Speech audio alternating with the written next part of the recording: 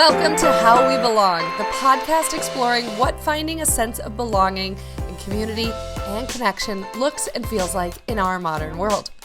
I'm your host, Kylie Hodges. I'm a coach, I'm a major extrovert, and I have a knack for gravitating to jobs and groups and clubs for the sake of finding my own sense of belonging.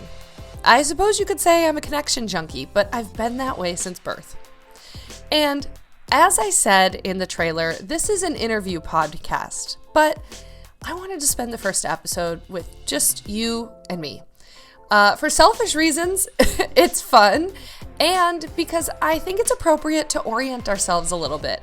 Like, why does this podcast exist? What inspired me? A little bit more about me and my background. For those of you who listened to past podcasts, you know that I used to be on Maria Menounos' AfterBuzz TV network, and then I had my own podcast with my, at the time, boyfriend, now husband, Omar Nava, called Foodie Call.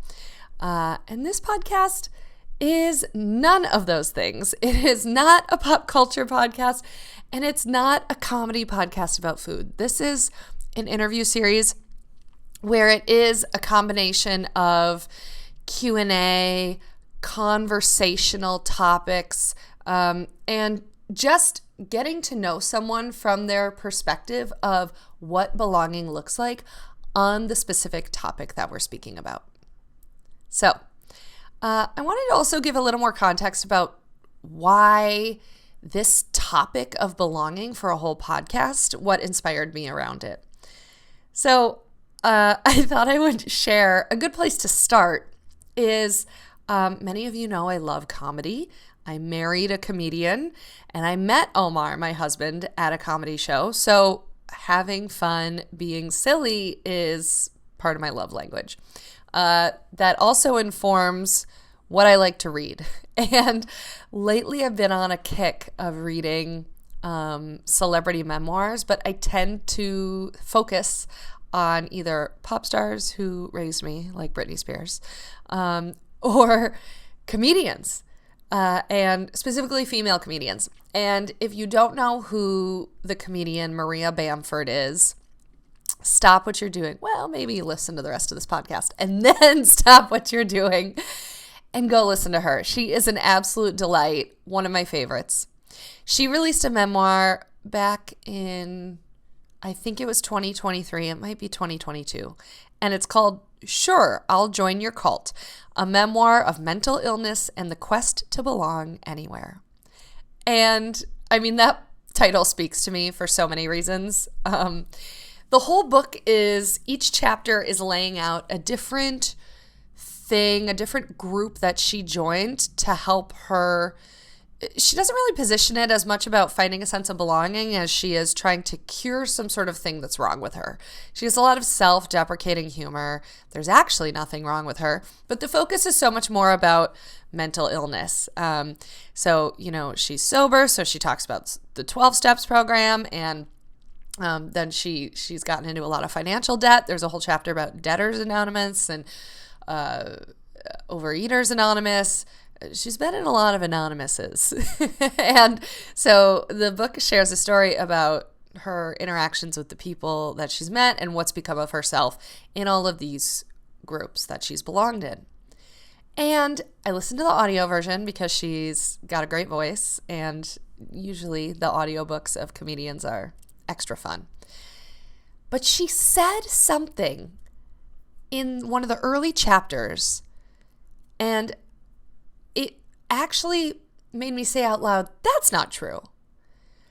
And I just felt like this quote was a perfect way to get oriented with this podcast. So the quote was her summarizing something. And she said, "Why I need so badly to belong somewhere? Because there's something really wrong with me." End quote. That's so inaccurate. That is so wildly inaccurate. And I know that she's being silly and self-deprecating there, but you know, it's part of the human experience to have a need to belong. And there are anthropologists and a lot of other people who call themselves doctors that I can't remember their titles, who have studies all around it. And so I thought this would be a good jumping off point for me to explain why How We Belong, the podcast, has come to be, why I find it necessary for this podcast to exist. Selfishly, a lot of it is for me. But I also think there is a major benefit to the collective people hearing these conversations, and understanding the positioning of what belonging looks like in certain places, experiences, and feelings. So I distilled my thoughts into 3 different reasons about why I'm making a podcast on belonging. The first one starts with more of what inspired me to make this podcast. So I had already been developing this before Maria's book came out, and that quote was just so solid to me in terms of why I disagree and why this topic matters, that I thought it was a good jumping point. But really, it would be, let's see, right now we're in March of 2024. Back in, I think it was May of 2023, I was hired by a company to deliver a keynote for their company summit that they do every year. And for those who don't know anything about me, I am a coach, mostly a business coach, but I have an expertise in personal coaching in general, and I do a lot of speaking. And the topic for this keynote was about connection. I think I called it like the power of connection, or the magical power of connection. I don't know. Topic doesn't matter. But the point is, in order to do that keynote, I was of the opinion that I had to do a lot of research. And so I did. And I ended up stumbling upon a book by the current U.S. Surgeon General, Dr. Vivek Murthy. And the book is called Together. And he explores what loneliness looks like in U.S. culture before COVID even hit. Like, the idea of social health has finally been recognized as something so important that the U.S. Surgeon General wrote a whole book about it. Really stands out to me. The book is a little dry, but actually very interesting with data in case you're interested in reading it. Again, it's called Together by Dr. Vivek Murthy. So that already got me noodling on this concept of togetherness, connection, community, belonging. All of those words were swimming around in my head in some way. In the book, there is a chapter where Dr. Murthy gives an example of a point he's trying to make by referencing research by a British psychologist. I think he's also like a psychoanthropologist. Forgive me for not getting the titles right. I didn't write that down. I have their names in front of me. His name is Dr. Robin Dunbar. He's a UK doctor and professor. He's written books. You might recognize his name because he has what has become coined the term Dunbar's number. And Dr. Dunbar and his colleagues discovered this general number, which I'll explain in a second, and has been able to apply this basic principle to humans by examining historical, anthropological, and contemporary psychological data around group sizes, and also brain sizes, including how big groups get before they start to collapse or split off. Dunbar's number is 150. They found remarkable consistency around the number 150. So what does that mean? Basically, the number 150 alludes to how many friendships humans are capable of maintaining at one time. Personal relationships. Within those 150, Dunbar actually breaks down, there's rings of how many close friendships humans are capable of maintaining, and then how they branch out. Close being the tightest, like your BFFs. And then how those break down outside of the close few to the rest of that 150. I found it fascinating because here was a guy who did a study proving that it is in our DNA, it is in our bones. We have evolved from and continue to need to belong. We need relationships. We need social connection, social health.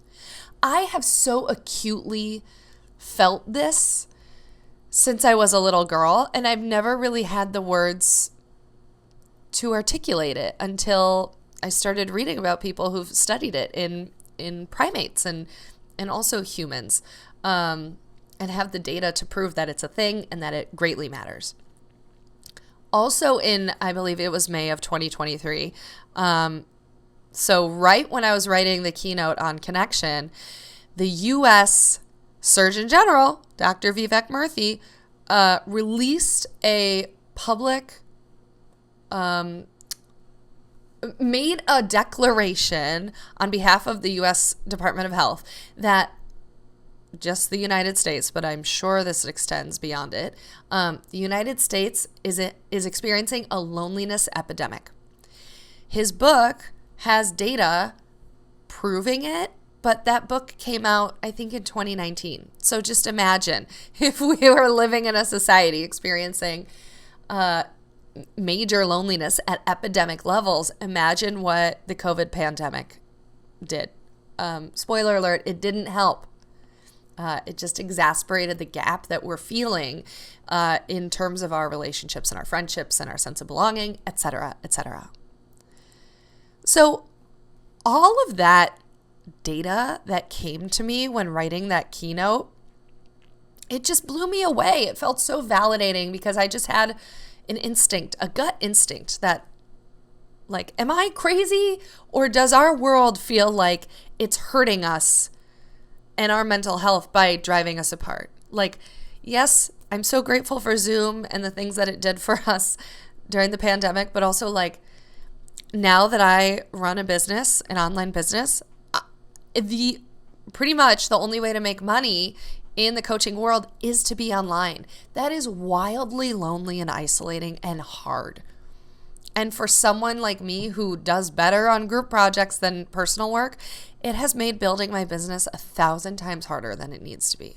So I know I'm not alone in this.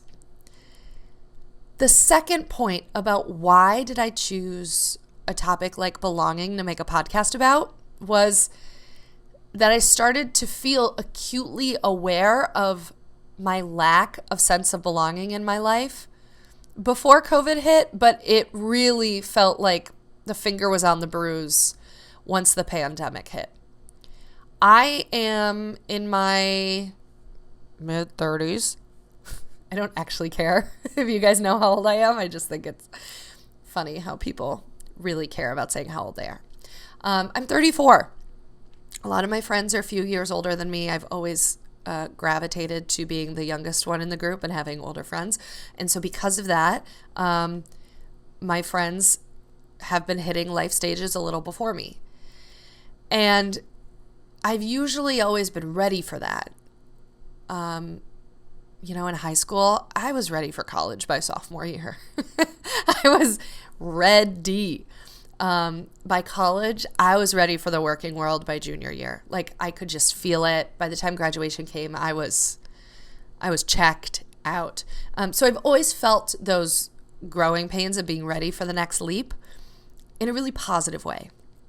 And when COVID hit, a lot of my friends who at the time were already around 35, a lot of my girlfriends, just suddenly got pregnant.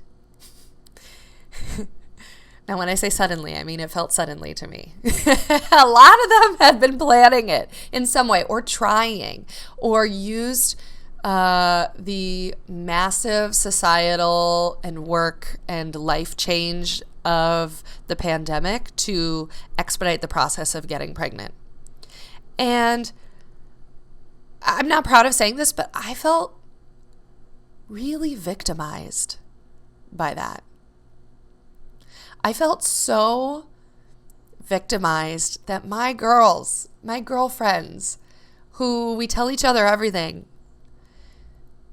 who don't owe me anything. They don't owe planning their life with me. But I just feel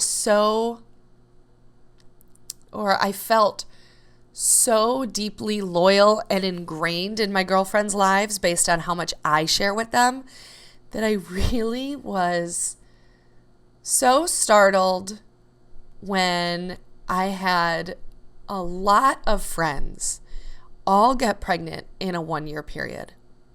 And I'm sure some of them might be listening to this. And if you are, I want to say, I love your children and I love you. And you having babies also fills me with so much joy. Like, I never wanted them to not get what they want.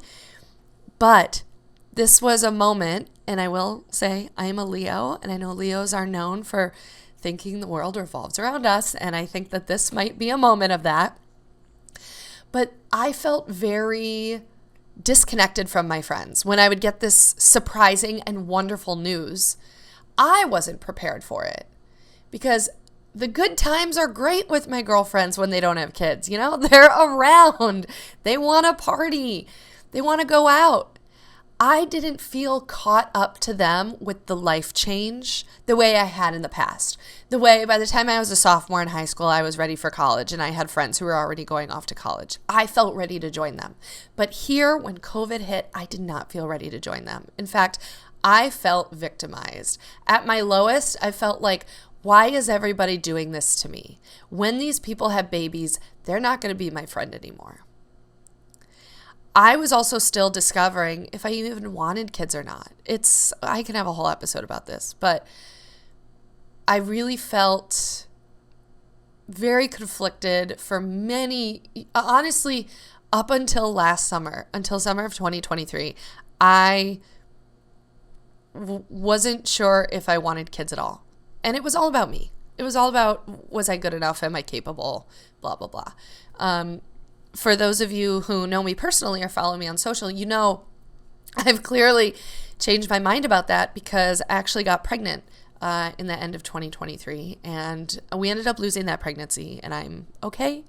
And I actually experienced a wonderful, this makes me want to cry. I don't know why I'm crying. On the first episode of the podcast, this is meant to be lighthearted, you guys. It's not meant to make me cry. I felt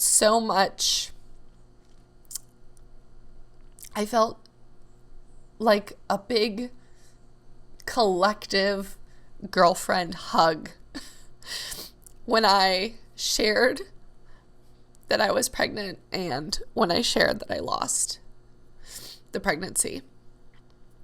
It felt like I belonged, so much so, because a majority of women can relate. And I had felt so alone for a while since COVID hit. Because a lot of life changed for all of us. And I was really struggling. I was really struggling mentally and trying to figure out how to find happiness in my work because I quit my full-time work to run my business during the pandemic and plan a wedding. And COVID just really fucked me up. And I really actually started to feel, once I had this wonderful news to share with everybody, I started to feel a really extreme, lovely sense of belonging again with my girlfriends and also people I didn't know when I shared that news publicly. So it's obviously an emotional topic when we talk about life changes, but the feeling of belonging can feel so ambiguous at times of like, what is it? What does it look like? And also so very tangible in other life moments. Whew.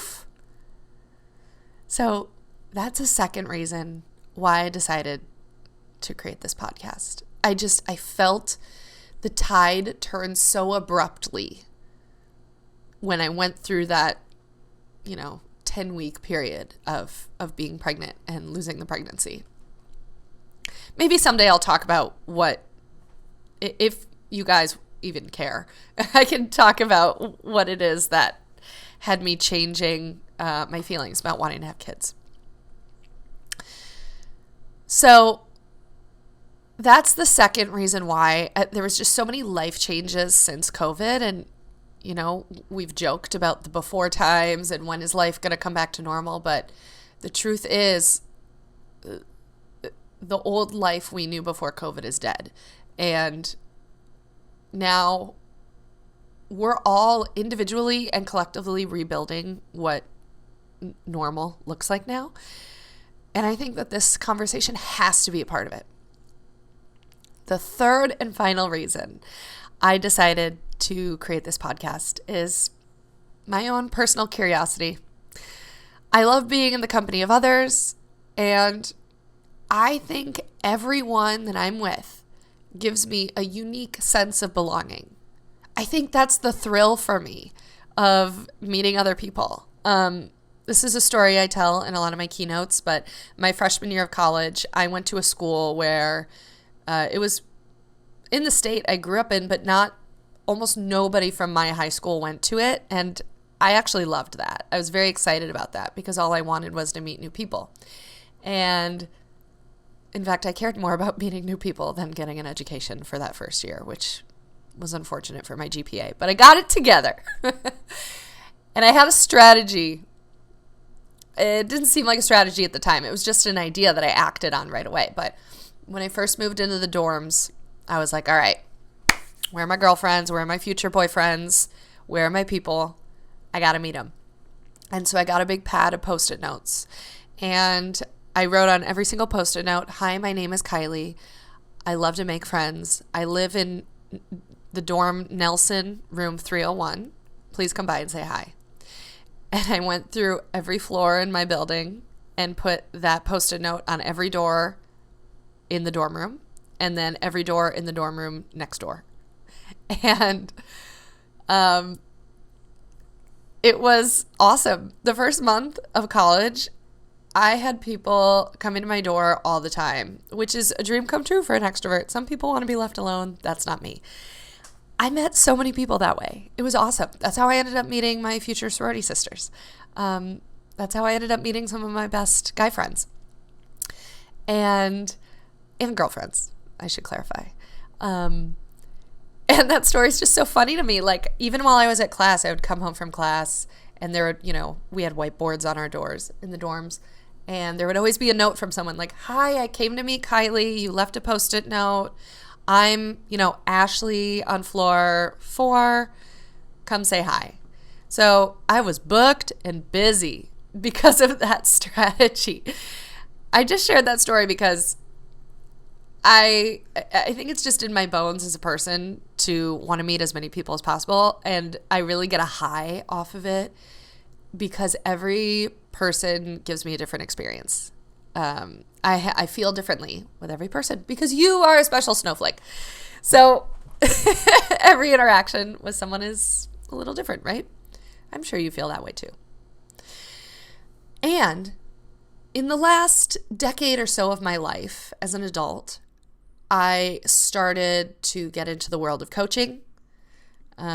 I feel like the way I talk about coaching is like when people talk about like getting into drugs. Like, it starts with this and then it's a gateway to getting certified. It's definitely better for your brain to get into coaching than drugs. Although no judgment. But I bring this up to say, once I experienced coaching from a client standpoint, and for those of you who haven't worked with a coach or don't really understand the definition of coaching, coaching is all about creating a container. So an agreement between the coach and the client on having conversations in service of moving you forward and bringing the best out of you. And so it's not just talking to someone and getting their opinion. Coaches have a lot going on in their head when they're responding to whatever you say. It's intentional to help you, to benefit you. And so when I first started working with a life coach, oh my God, it was like the first hit of a joint, the first sip of a beer. For those of you who smoke cigarettes, it was the first drag of a cigarette. It was so corny. But it's true. I just loved it. I couldn't get enough. And I felt like I was really experiencing a stronger, I don't even know how to articulate all the things coaching has given me. I got to know myself on a better level. It helped me accept that I also needed to go to therapy. Thank you so much for that. And it helped me develop such a stronger sense of empathy for others. I can be a little intense for those of you who know me in person. And when I realized I love this so much, I think I can be a coach. I want to become one. And then I went through the process of learning the methodology and training and being in the field to get my certification. It took me to a whole new level of experiencing connection to myself and to others. It's the best. This podcast, though, is not about coaching, actually. It's just one of the things that has helped me shine a light on this big thing called belonging. What is it? How's it happening? How does it feel? Where can I get more of it? Why do I need it? Etc. And so to bring it all home, that is why I am here with you right now. To me, if I was to summarize this like TLDR, belonging, the concept of it, is a big thing. There are a lot of ways we all experience it collectively, like how I shared earlier about when I found out I was pregnant. It was like I suddenly got tapped into a global community of mothers. And then also there's that individual experience of how I feel engaging with you one-on-one is going to be differently than how I feel engaging with a teacher or a boss. Everyone provides a different type of experience. So let's explore that here on How We Belong. I am so excited for this podcast series. Truthfully, it has taken me a while to get it going because I really want it to be good. I want it to be right.